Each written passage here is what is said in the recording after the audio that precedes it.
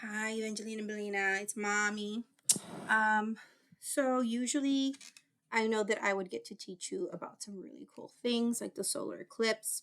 I've just been resting because I caught a cold, and so I've had the sniffles and cough, but I'm feeling better today.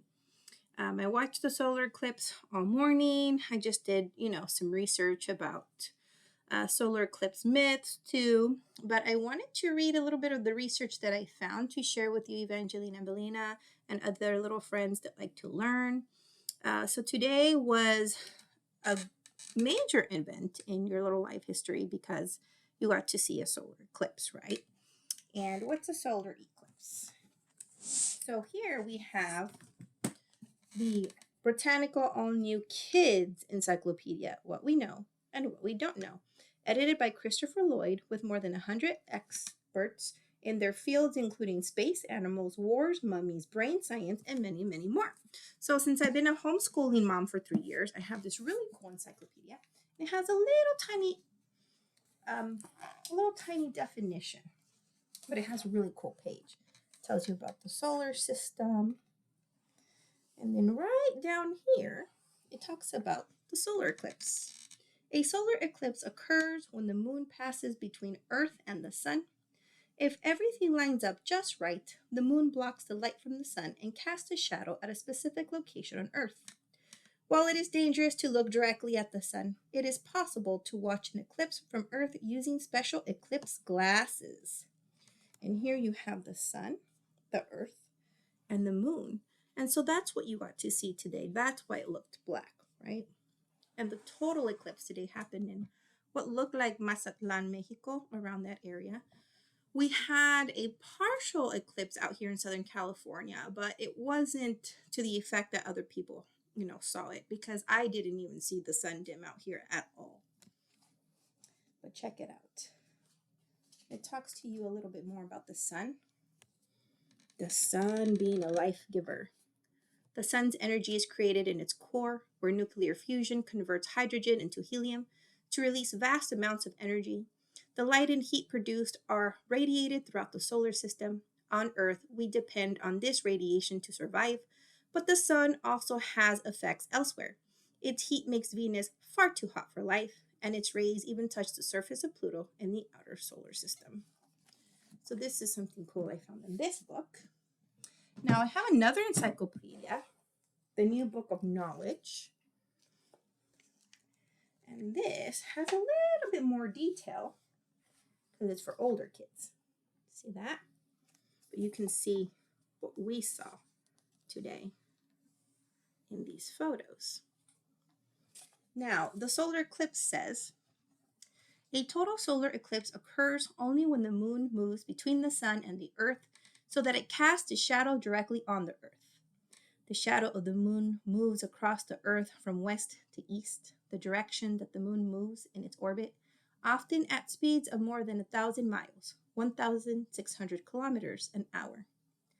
The central part, or umbra, of the shadow is usually less than 167 miles, 270 kilometers in diameter. Around it is the penumbra, a larger area of partial shadow extending about 2,500 miles, 4,000 kilometers, beyond the umbra on all sides. An observer in the penumbra will see only a partial eclipse, while an observer in the path of the umbra will see a total eclipse. At first, part of the sun is blotted out by the moon, as if a bite had been taken from the sun. Over about 90 minutes, this bite increases until the sun's disk is completely covered. The period in which the sun is covered, called the period of totality, can last up to 7.5 minutes, but is usually shorter. At this time, the sky grows dark, and the gaseous outer atmosphere of the sun can be seen as a glowing halo around the dark center. After totality, the sun slowly reappears from behind the moon. The sky gradually lightens until the eclipse ends in about 90 minutes. Solar eclipses occur regularly, but the chances of seeing a total eclipse from any given place are small because the moon's shadow covers such a small part of the Earth's surface. Total solar eclipses recur at the same location only once every 360 years or so. The moon's orbit is an ellipse. a slightly flattened circle. Thus, the moon's distance from the Earth changes as it travels in its orbit. The farther the moon is from the Earth, the smaller the umbra it casts on the Earth's surface. An eclipse often takes place when the moon is almost at its farthest distance from the Earth. Then only the moon's penumbra reaches the Earth's surface, and a bright ring of sunlight can be seen around the moon, even when it is directly in front of the sun. This is an annular or ring-shaped eclipse. Scientists have organized campaigns to study solar eclipses for many years. Guided expeditions for the public have recently become popular. It is not safe to view the sun directly during an eclipse. If you have an opportunity to observe one, follow the instructions of the box on page 52. So check that out. So here we have the solar eclipse. The Earth, here's the moon, and here's the sunlight. And this is volume 5E. Now, since I like to explore, myths and cultures also, so I gave you the scientific definition of a solar eclipse, okay? What's happening? So we have some ancient history information. These are really cool books that I bought at Dollar Tree, okay? Never underestimate Dollar Tree.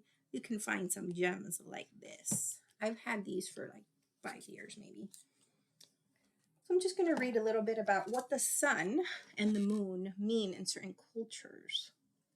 So here it says, wrong page. All right. So I'm going to start with Ancient Americas.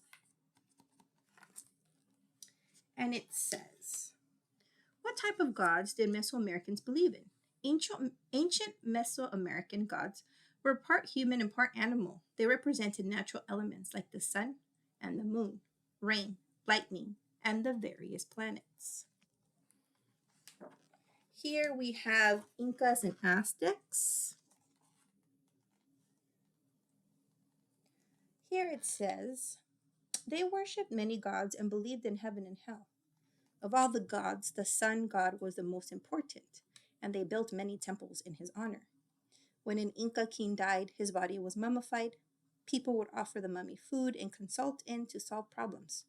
Ordinary people were also mummified, but they were buried. So they had sun gods.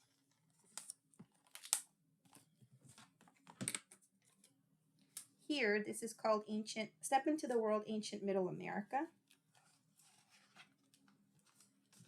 And when it talks about religions and beliefs, it says, how did the universe function according to the ancient Americas?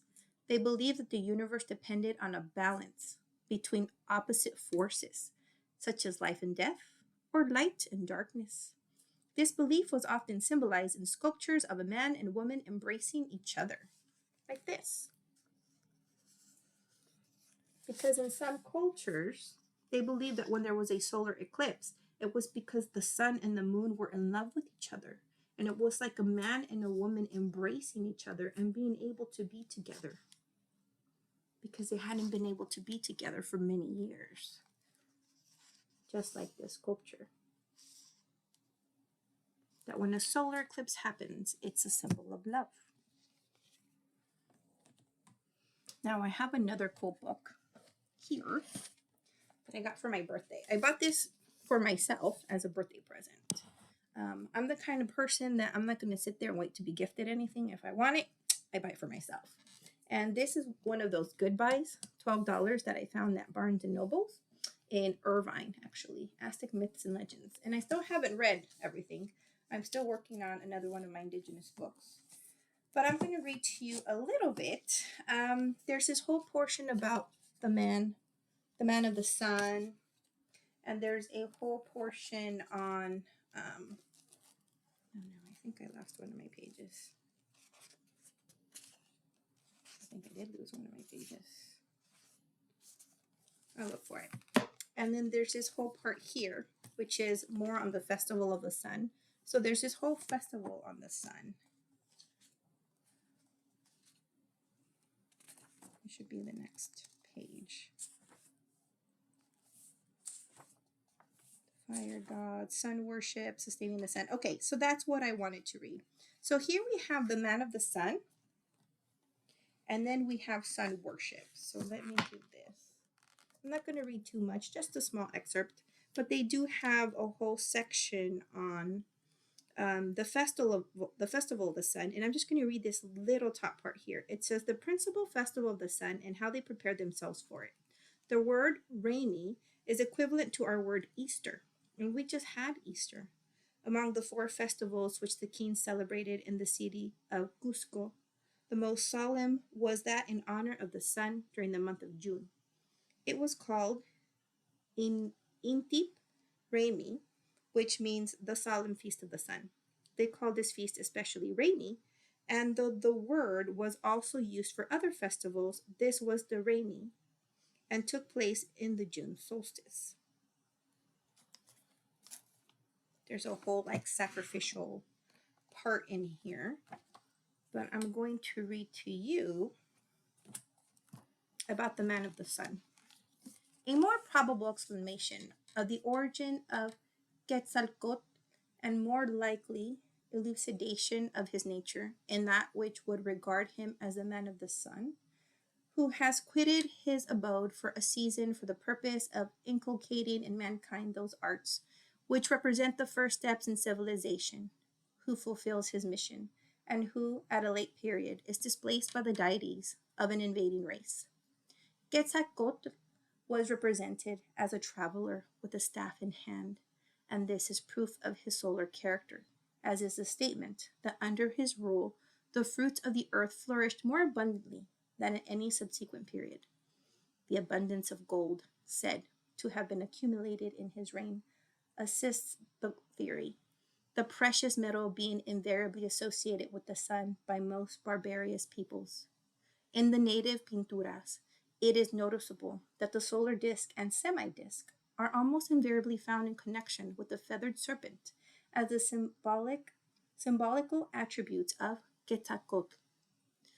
The Hopi Indians of Mexico at the present day symbolize the sun as a serpent, tail in mouth, and the ancient Mexicans introduced the solar disk in connection with small images of Quetzalcoatl. I believe that's actually a better pronunciation. Quetzalcoatl, which they attach to the headdress. And still other examples, Quetzalcoatl is pictured as if emerging or stepping from the luminary, which is represented as his dwelling place. So this is a word from the Aztec language, Nahuatl, and it's not always easy to pronounce. So I'm definitely not a Nahuatl expert, but I'm trying my best here with some of these pronunciations that are more tribal to the Aztec language. Several tribes tributary to the Aztecs were in the habit of imploring Quetzalcoatl in prayer to return and free them from the intolerable bondage of the conqueror. Notable among them were the Totonacs, who passionately believed that the sun, their father, would send a god who would free them from the Aztec yoke. On the coming of the Spaniards, the European conquerors were hailed as the servants of Quetzalcoatl, thus in the eyes of the natives fulfilling the tradition that he would return. And there's more on Quetzalcoatl.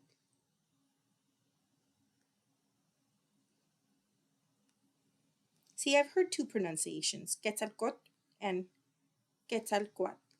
So I would have to ask a Nahuatl expert.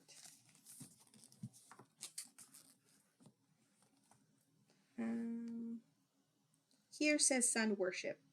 The sun was regarded by the Nahua, and indeed by all the Mexican and Central American peoples, as a supreme deity, or rather the principal source of subsistence in life. He was always alluded to as the Teot, the god, and his worship formed, as it were, a background to that of all the other gods. His Mexican name, Ipalnemohuani, he by whom men live, shows that the Mexicans regarded him as the primal source of being, and the heart, the symbol of life, was looked upon as his special sacrifice. Those who rose at sunrise to prepare food for the day held up to him on his appearance the hearts of animals they had slain for cooking, and even the hearts of the victims to Des Calipoca and Huitzilopochtli were first held up to the sun, as if he had a primary right to the sacrifice, before being cast into the bowl of copal, which lay at the feet of the idol. It was supposed that the luminary rejoiced in offerings of blood, and that it constituted the only food which would render him sufficiently vigorous to undertake his daily journey through the heavens. He is often depicted in the pinturas as licking up the gore of the sacrificial victims with his long tongue like rays. The sun must fare well if he was to continue to give life, light, and heat to mankind. So it's no, surprise. And I've read a child version of this to my children. Here it is, where some of ancient America did include human sacrifice, and we don't do that. We don't believe in doing that now. But what is important is that we learn about history, we learn about Indigenous history, and that we learned about our culture. And so I gave you a little bit of the science with the kids' encyclopedia, the Britannica. I gave you, a deeper definition in this encyclopedia that my siblings and I would use when we were in high school. I gave you just, a little small readings of what it had in here that I found about what the sun means to other cultures, and that it could definitely be seen as a spiritual experience or some sort of union, and what Indigenous people thought it was. The thing is that this has so many more legends in it than just the Aztecs. It also has, Maya, Yucatan, Tikal and Menche, Chichen Itza. It just has, myths from Peru, and I couldn't really go through all of them as far as having time. The creation story of the four sons, Aztec and Mexican myths, Mayan myths, Incas in Peru, Pueblo Indians, El Dorado. There's just so much information in here, and this book is so dense, but I'm definitely going to enjoy reading it. I had started reading it a little bit, but I don't want to start this as a whole project, because when I do, I want to sit there and dissect it and study it and learn. So I just read you little excerpts of what I found that had to do with, today's lesson about the solar eclipse. I'm still working on my braiding sweetgrass book that I like to dissect also, because I'm really learning a lot from it. I don't like to rush my research if I'm doing it for fun, which I am, and I'm doing it to, learn about just other cultures and then my own cultural roots as well. But I like to instill, our cultural roots in my daughters, and also to learn about other cultures. Because, for example, the book that I'm reading now, although it does have the beginning start with, Mexican indigenous people, it also talks about other indigenous people and how they see botany and life and their connection to the earth, and how sweet grass is more than just a plant. It's an experience when you sit there and gather plants or food that are given to you from the earth. And it talks about, taking out the sap from maple trees and things of that nature. So it's kind of set up in a regional way where I'm learning about the botany of different plants, and how this indigenous scientist, botanist is a study of plants, is bringing in spirituality, indigenous beliefs, and science, and blending it together. And that, I think, is one of my favorite things, because I love science. I love learning about indigenous culture, and roots, and just sort of blending them all together. So it's definitely a great read for me. So when I do, end up reading this nice little text, maybe if something triggers a conversation, I'll make a video about it. But I wanted to make it kid friendly and parent friendly as well, because I miss my children and I miss homeschooling them. And if they were here, I would totally be reading to them and looking in these books just like I did. And like, let's read about this, let's read about that, and like to watch the solar eclipse and just kind of incorporate it into their daily lessons, because I think it's important to teach our children more than just the science behind it. And that's what I like to do. There's always a cultural component that can make sense. And it's a more inclusive, well-rounded education that I think I was giving my children that the public system can't give. Like I've said before, the public school system doesn't teach about God. The public school system isn't going to teach about Indigenous cultures the way I am teaching my daughters. The public school system isn't going to teach science and then say, hey, it kind of reminds me of this Indigenous story. I just felt that homeschooling my kids gave my children even a better education than they get at the public school. And so I'm still really disappointed that they didn't let me continue homeschooling my children, and that they don't believe I homeschool my children, even though I provided ample evidence. So pray for me and for my children. Pray for me and for my children so that they can come back to their loving home, so that I can continue educating them in a well-rounded education that I feel public schools lack, or that, they're just limited in what they can teach. A parent will always be a better teacher than the teachers themselves at a public school. They're teaching them the facts, sure, science, math, reading, which I was teaching them also. But they're going to miss out on those cultural components and experiences that I love to show my children. And so, I'm being my own investigator, unfortunately, between the lawyer, the social worker, and the actual, dependency investigator. I just feel like it's such a slow process for them to investigate, that I'm the one driving to places, getting documents, getting what I need so that they can give me my kids back, so that they can bring them home. Because like I said, I've already given them ample evidence that this was just custody related and a false accusation against us. So, pray that the truth will be revealed and that my children will be back home safe with me, their mommy. All right. Have a good day. I'm just going to try to rest so I can prepare for the week. Still battling a little of this cold. And I get to talk to my children tonight. I get to talk to Evangeline and Belina. I get to talk to Evangeline and Belina tonight for 15 minutes.